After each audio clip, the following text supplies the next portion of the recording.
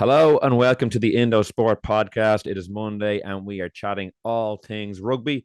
I am Will Slattery sitting in for Joe Malloy today. And for the second show in a row, or maybe even third show in a row, we have a very international mix to bring you. In a moment, I'll be joined by Rory O'Connor from Australia to chat all things Lions. Andy Farrell has named another team this morning to face the Brumbies on Wednesday. And as had been predicted, it is looking very much like a test match run out. And then in part two of the show, Cian Tracy will be popping on from Portugal as the Ireland Summer Tour goes into its second week following an impressive win over Georgia on Saturday night. So all that to get through over the next hour or so. And a reminder that our rugby coverage on Indo Sport is brought to you by Energia. Energia sponsors rugby in Ireland at all levels, at grassroots with the Energia AIL, and as official energy partner to Leinster, Connacht, and the Irish men's and women's teams. The Energia Rugby for All initiative supports inclusion, welcoming everyone of all abilities to participate in the game. To learn more about Energia's rugby partnerships and find out about their exclusive home energy offer for rugby fans, you can visit energia.ie/rugby.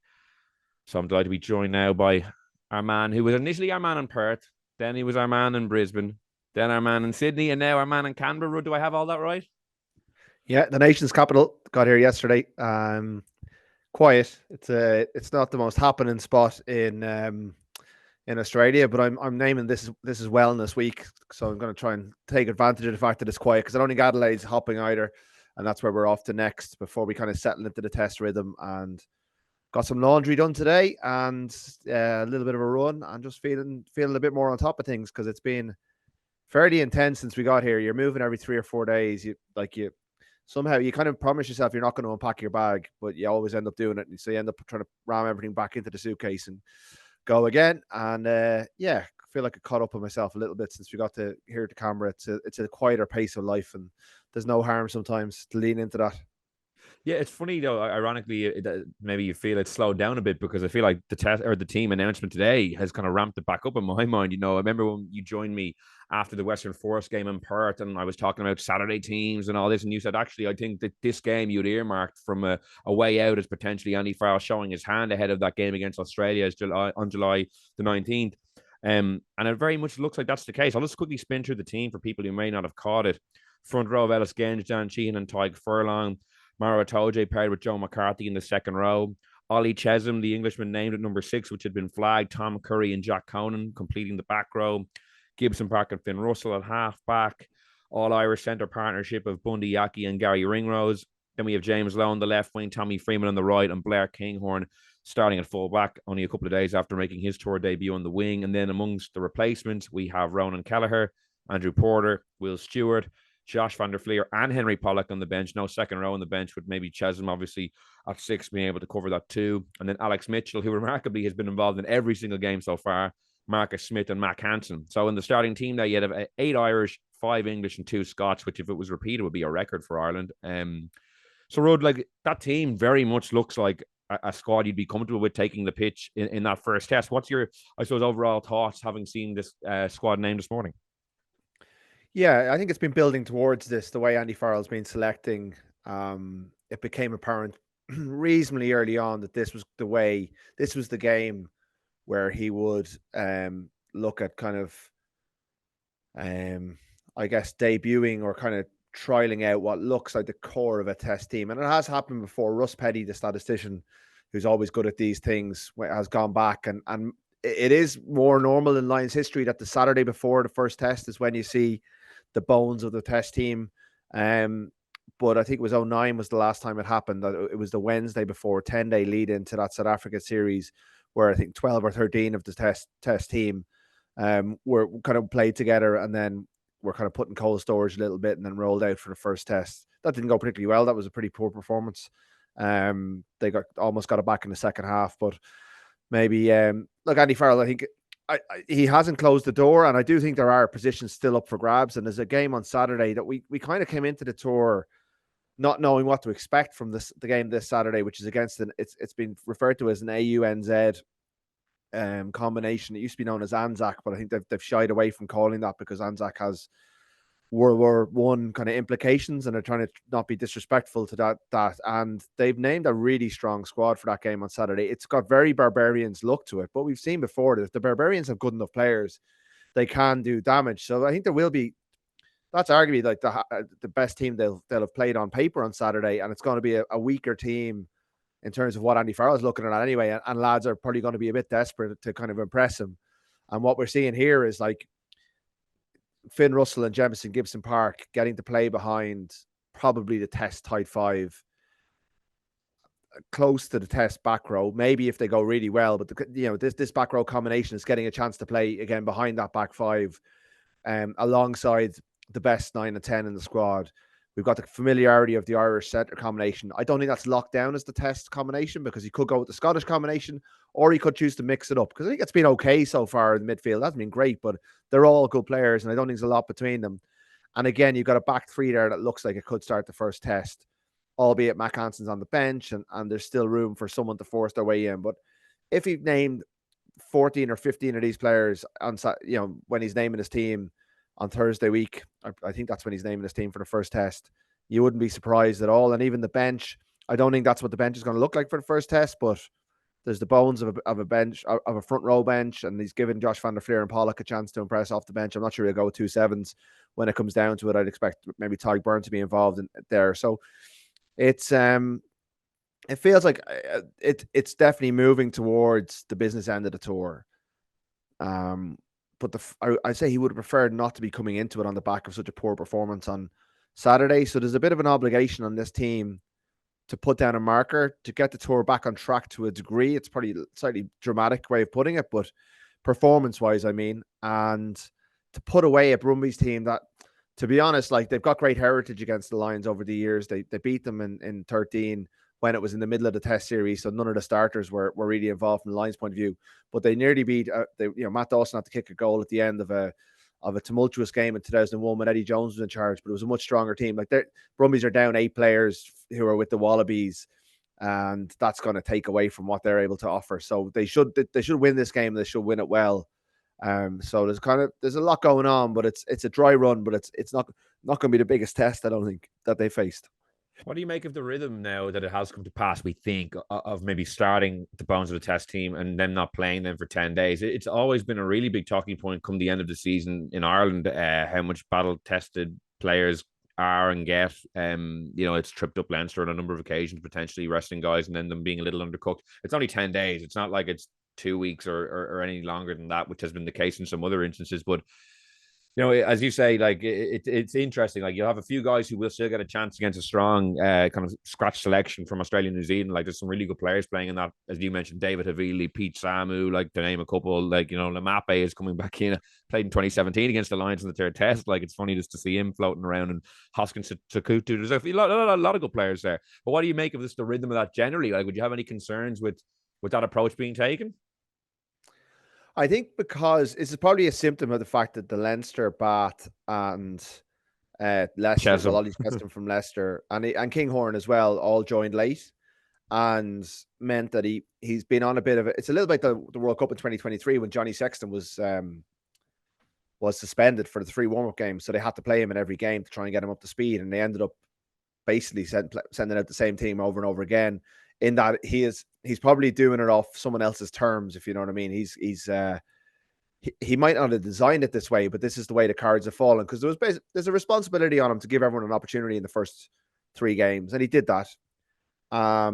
Everyone's played at least twice now, or will have by Saturday, so everyone will have a good proper go. And I can understand why he's given himself, put this team out there. I think on paper coming into it, because he knew so little about that AUNZ game, he probably anticipated that the Brumbies would be the best opposition they would play. And I think the Brumbies will be, like, they'll be cohesive, they'll be organized, they've got a good set piece. They were the top ranked Australian team in Super Rugby, but they're missing most of their top 5, or sorry, their tight 5. So that's that preconceived notion that he had coming over here is probably being diminished a little bit. But I can understand why you would do it. And as I say, I don't think the drawbridge is pulled up. And I think if someone has an outstanding game on Saturday, especially now that that's a really good, maybe like a really good collection of players. We don't know if it's going to be a really good team, but you got Shannon Frizzell, Sean Stevenson, lads who could really do damage and score from anywhere. And it could be a belter if it works out. So there will be players like if Van der Fleer starts. I think Ben Earl still has a role to play on this tour. Ty Byrne is definitely someone who could play a role, but I don't think that 10 days is a problem. That's a fairly good lead in terms of getting players who've played. Some of them have been backing up twice a week. Get them recovered, get them into Brisbane, get a full week of training ahead of the game against Australia. I wouldn't be concerned about the way it's fallen for them. I only think I suppose it only maybe becomes an issue if they play poorly. Because say if they go out on Wednesday and have a similar performance, albeit a different group of players to Saturday, what does he do then? Does he say, okay, my plan was to rest all these guys, but they didn't play well. They're meant to be the test team, but they didn't play well. Then it becomes a bit of a complication. Like obviously he's expecting them and hoping that they go out and deliver a cohesive kind of test match-esque performance. But I would be intrigued if it was a little sloppy like we saw in some of the other games. Does he then go with a mixed and match team on Saturday when that might not have been the original plan? So there's a few kind of potential wrinkles. Well, yeah, like if Joe McCarthy doesn't play well alongside Maro Itoje, who I think is definitely nailed on, does he have a temptation to try and get Ty Byrne a game alongside Itoje on Saturday? But like, do you want to play your captain twice in 3 days when you got a test match? I know Itoje is incredibly fit and well able for it.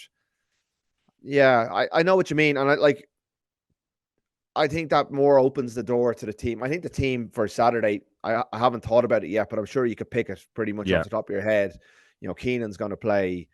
Duhan van der Merwe is going to play. Scott Cummings, the lads who've kind of become midweek players are all going to play. Finn Smith will be involved. Owen Farrell will play. He's kind of confirmed that tonight. So there's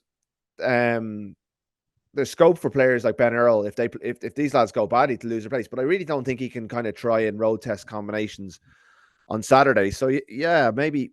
I mean, if the team on Saturday play badly, which they did against the Waratahs, and the team on Wednesday plays badly, well, then the whole thing's in a bit of trouble. The only thing is Australia have played badly as well. So there's we're heading towards a bit of a it's not the most informed Lions series of all time, albeit that the Lions are still trying to cobble things together, and the Wallabies are playing their first, that was the first hit out against Fiji on Sunday, and Fiji are good. But it's like the Lions are dealing with expectation because they are strong favorites to win this series. If this, and there's a kind of a sense that it's not fully going to plan, that things aren't quite coming together the way you'd expect them to come together at this stage of the tour. So they really could do with a brilliant performance on Wednesday just to calm that sense of them struggling on this tour, lacking leadership. That I thought it was striking that, after we spoke on Saturday, I went down to the press conference and Andy Farrell started talking about how the Waratahs had watered the pitch. A coach who he wasn't using it as an excuse, but once he raised it, it was going to be seen as that. And he's a no excuses mentality. That's what he talks about, So it was a very unusual thing. Very unusual. What did you make of that? I was going to ask you about his general post-match comments. That reminded me, it's funny because I made a reference at the weekend to reminding me of a Fiji game in 2022. Like, this reminded me of a Joe Schmidt game from 2017, I think, Ireland, Wales under the roof in Cardiff. And I just thought it was really strange. Like, as you say, he prides himself. Like, the first thing he always says is, I want that kind of difficulty. Might be the only reference he might give, how happy he was that usually that something like that would occur. I just thought it was a little odd. Like, they won the game anyway, and maybe it was a throwaway remark because you were there, I wasn't. But I did think it was strange that he kind of seemed to put a bit of focus on it. Yeah, like he brought it up himself. He was asked the question about the breakdown, and he raised it himself. And he did say, look, it's good, and we want this stuff. And like, Lions tours are supposed to be hard, and the locals are supposed to make life difficult. And to be honest, up until Saturday, it had all been a bit nice. Like, it had all been a bit like, the Australian crowd sitting back and clapping these Lions who come on an exhibition tour. And the Waratahs kind of went F this and poached their ball and booed them. And, that's what it's all, water the pitch if they did. I mean, there's a big dispute over that because it had rained really heavily in Sydney on the Tuesday and the Wednesday. To be honest, I was at a tour. I got a stadium tour of the venue thanks to the local tourist board on Friday night. And the pitch didn't feel boggy at all. But whatever the truth of it is, it's supposed to be hostile. It's supposed to be difficult. It's supposed to be, the locals are supposed to make it hard for you.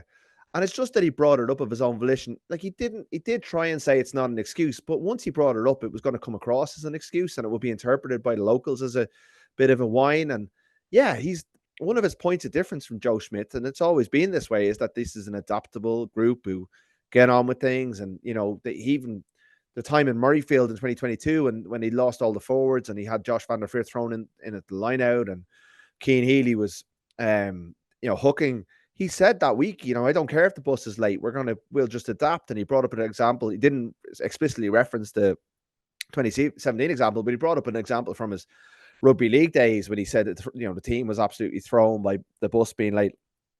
First, I think the bus was actually late for the Reds game last week, and he didn't mention it at all. But it was just, I've got a sense a little bit that the pressure is getting on top of him, and the schedule has been getting on top of him a little bit. And they didn't travel here until today. They stayed in Sydney. The players got a full day off on Sunday. A load of them went to see a rugby league game. A load of them went to the beach. They probably had a few more beers on Saturday night than they would have had otherwise. And I'd say they just got a bit of a break from being on the treadmill because it's been so busy. And then rather than fly here, because they've been on flights every 3 or 4 days, they got on a coach and they drove through the Australian countryside and saw kangaroos out the window after training. They trained in nicer weather in Sydney than they would have here in Canberra because it was raining this morning. And there was more of a lightness around Farrell when he walked into the hotel in Canberra. So I wondered, did they just need a bit of a break because last week was so busy? And obviously, there was obviously the Owen Farrell issue as well, which he had to face up to, and he doesn't like talking about Owen, and that was a big thing. It was 18 questions out of 36 at the press conference were about Owen. Like, that is something he's uncomfortable with, so that probably affected his mood as well. Plus, the team didn't play well, so I do think that maybe that just little bit of a decompression has helped them. And I mean, look, this is a better team of players who are more in form. So there's a better chance of them playing well, which would make his mood better anyway. How does this schedule compare to 2017, the last pre-COVID one? Because just following this from afar and obviously checking in with you and seeing the schedule, like it seems really relentless. I'm sure they're like, I know they travel similarly for matches in midweek in any tour, but is there any difference, or is this one a little more? Is there much? I don't know. Like, how would you obviously know from being on the other ones? No, 17 was the same, Yeah, and like they struggled in 17. They lost to the Blues, but and the Gatlin kind of Highlanders. found his and the Highlanders, and like Gatlin found his team on the Saturday, and they kind of rolled through the Saturday games pretty well, and they figured it out as they went. And like one thing Gatlin always did, and they're not doing it this time, is he would, if he was in Australia, he would take them off to Noosa, a beach town I think is north of Sydney, and just decompress after the second test. And they did it in Queenstown in 2017, and Johnny Sexton and Sean O'Brien were both critical of that. Because a couple of players went on the beer for a couple of days, and they had this decider coming on the the following Saturday, and they didn't take it seriously. But I do think Gatlin identified, having been on Lions Tour in 2009, and I think McGeechan identified it as well at previous tours, that you need to decompress on these tours, that it can't be like there's a busy period, and then towards the end, they don't need to train all the time because the work is done. They've gone against that this time, and I say Sexton will play a part in that because he didn't like the fact that they completely went off tour for a couple of days. And like the professional athletes, they shouldn't be going out the week of a game against, the All Blacks, potentially a career-defining game against the All Blacks. But I think there has to be a balance, and it can't just be work. Now, I've been told that they train in the mornings here. They're not working in the afternoons, that they have the afternoons to themselves, and they've had lots of downtime. We're not really that close to them to know how they are kind of beyond these very controlled formal access points that we're getting with them. We see them around the town a little bit, but it's no great sense of whether they're all enjoying it or what's going on beyond like the YouTube videos that we're getting. And they're obviously being edited by the line staff as well. I'm not saying it's a massively unhappy camp, but I do think just that last week, because they flew from Perth to Sydney, which is a 5-hour flight, didn't really train the whole of last week, kind of had the Owen Farrell issue, more travel between Brisbane and Sydney. I just think there was an accumulation of the schedule and just built up to Saturday not being that ideal. And I do think that maybe this week there'll be a little bit more freshness, and it's also the business end of the whole thing is coming into view as well. Just to switch to Australia for a second, they had their one and only warm-up game against Fiji over the weekend on Sunday morning our time, 21-18. They needed a late try from Harry Wilson to get over the line. There was some controversy over a Fijian try getting ruled out. I know you were writing about officiating generally, and that was one of the things you touched on in a piece over the weekend.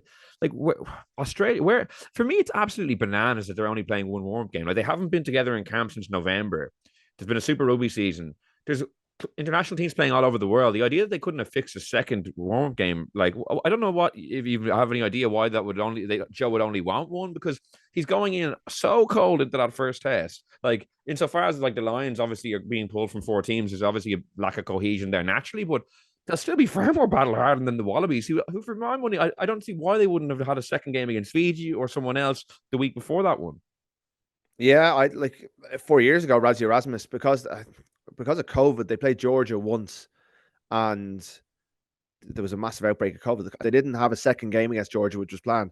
So Erasmus basically used the South Africa A game a week before the first test to play his test team. And I'm kind of surprised the Australians haven't put an Australia A game in this Saturday and roll out their, most of their lads for a bit of a run. But Joe Smith is a kind of a coach who values training so much, and I think will put a lot of store in the fact that they'll be training fast and hard, and he'll be building strategies and game plan, and also keeping things a little bit tight in-house and not showing his hand to unleash something on the Lions that they haven't seen before, because we know that's what Joe Schmidt does. And I fully expect him to, to show the Lions a picture they haven't seen before. But you're right, there's definitely, the Lions are at the end of a long season. Their players have been playing since late September. They've gone through international campaigns in November and in February and March.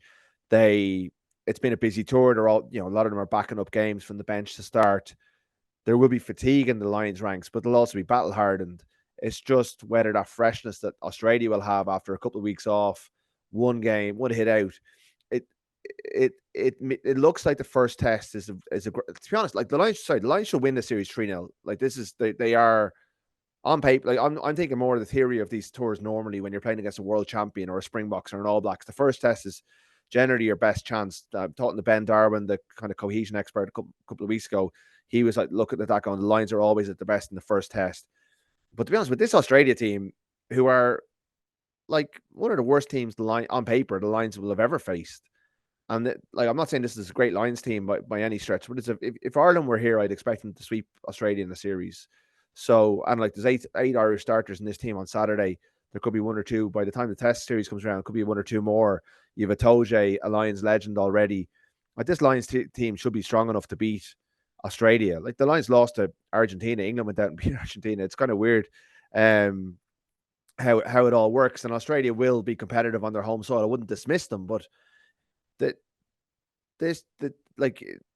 first test is their best opportunity to lay down a marker, put doubt in the Australian minds, because they'll be at their freshest and the Wallabies will be at their most undercooked. But even as I say that, they should be kicking on and winning the series from there anyway. And what we saw from Australia on Sunday was like a good first half, but some crazy game management. And then when Fiji got on top of them in a way that only Fiji can, with like some breathtaking rugby. And if anyone hasn't watched the highlights, treat yourself on YouTube for a few minutes because it's well worth it. Some of the tries they scored were sensational, including the one that was chalked off. You could see the Wallabies, their lack of confidence, their lack of seniority, the fact that Fiji essentially knocked them out of the World Cup along with Wales 2 years ago. All of that seemed to come into their minds. Now they got it together and won the game, but there was a weakness there. There was doubt. And if the Lions get on top of them, it could be quite comfortable for them, because I don't think this Wallabies team is strong enough to really deal with that. So I'd say Joe Schmidt he looked a little bit worried at the end of it. And he knows that they have to get it right if they're going to have any chance of winning this series. Even his comments afterwards, he was like, I think he was asked, would he have confidence in a big performance in the first test? He was like, maybe more of a quiet resolve. It's like, which doesn't exactly scream like I'm really fancying us here. Well, he couldn't. Yeah.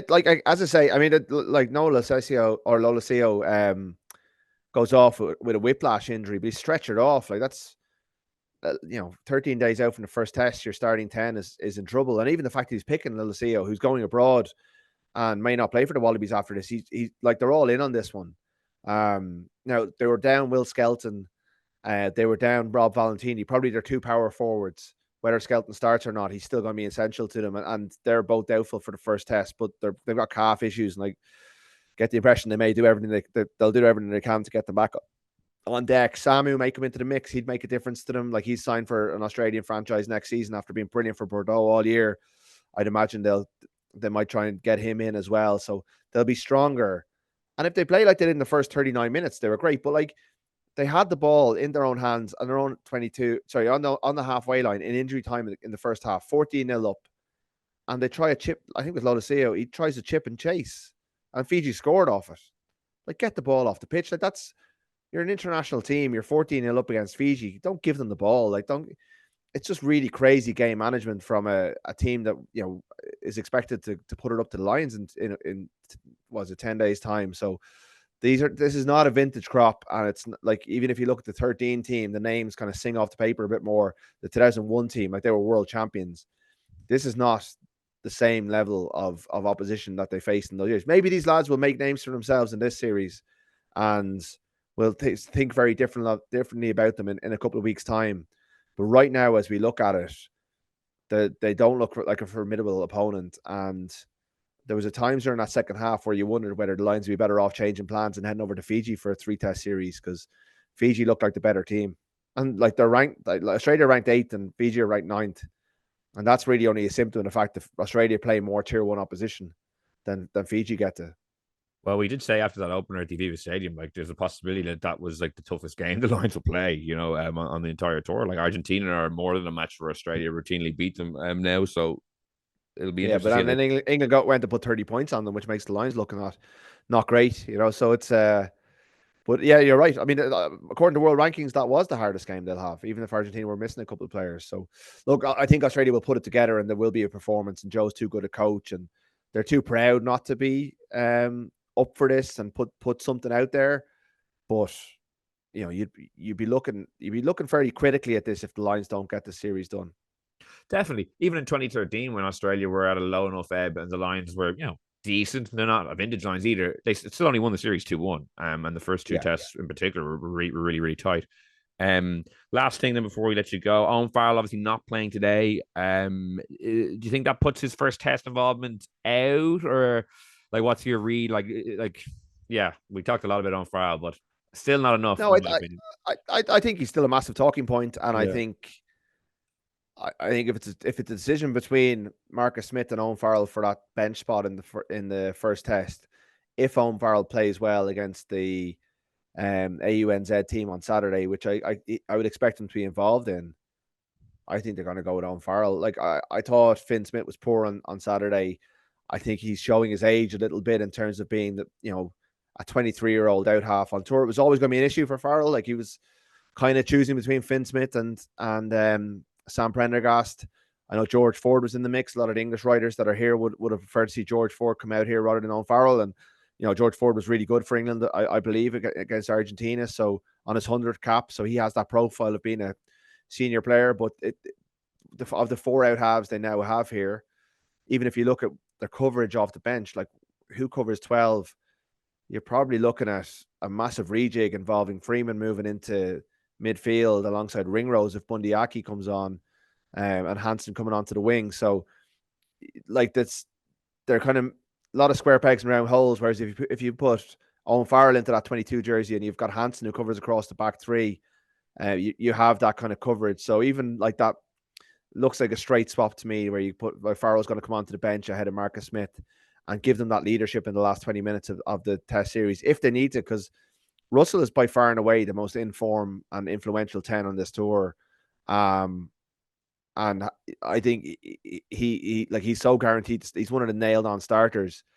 But I guess if it's going to be Aki doesn't play 80 minutes that often anymore. So maybe it'll be Farrell coming on for the last 20 instead of Aki at 12 to try and help them control things and manage things. I don't see him starting that first test, but I almost certainly see him on the bench if he comes through that last game next Saturday unscathed.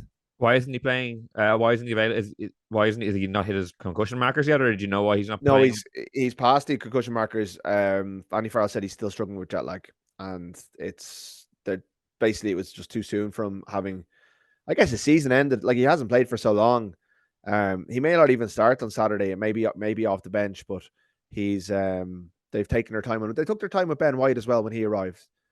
He didn't go straight into it. And Andy Farrell was even saying that Ben White's he'll probably start on Saturday. Like, you know, that he's only just getting up and running now, because it does take a bit of time. And even they initially landed into Perth, which is just that bit easier from a jet lag point of view. It's on the other side of the country, whereas now, like, it is tough for these players to get adjusted.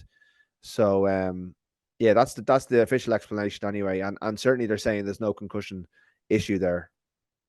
Okay, well, great to get the update from you on the ground in Canberra, and we will chat to you again on Wednesday after the Brumbies game, where it'll be very interesting to see with this team what kind of performance they deliver. Rod, thanks so much for joining me. Cheers, Will. See you soon.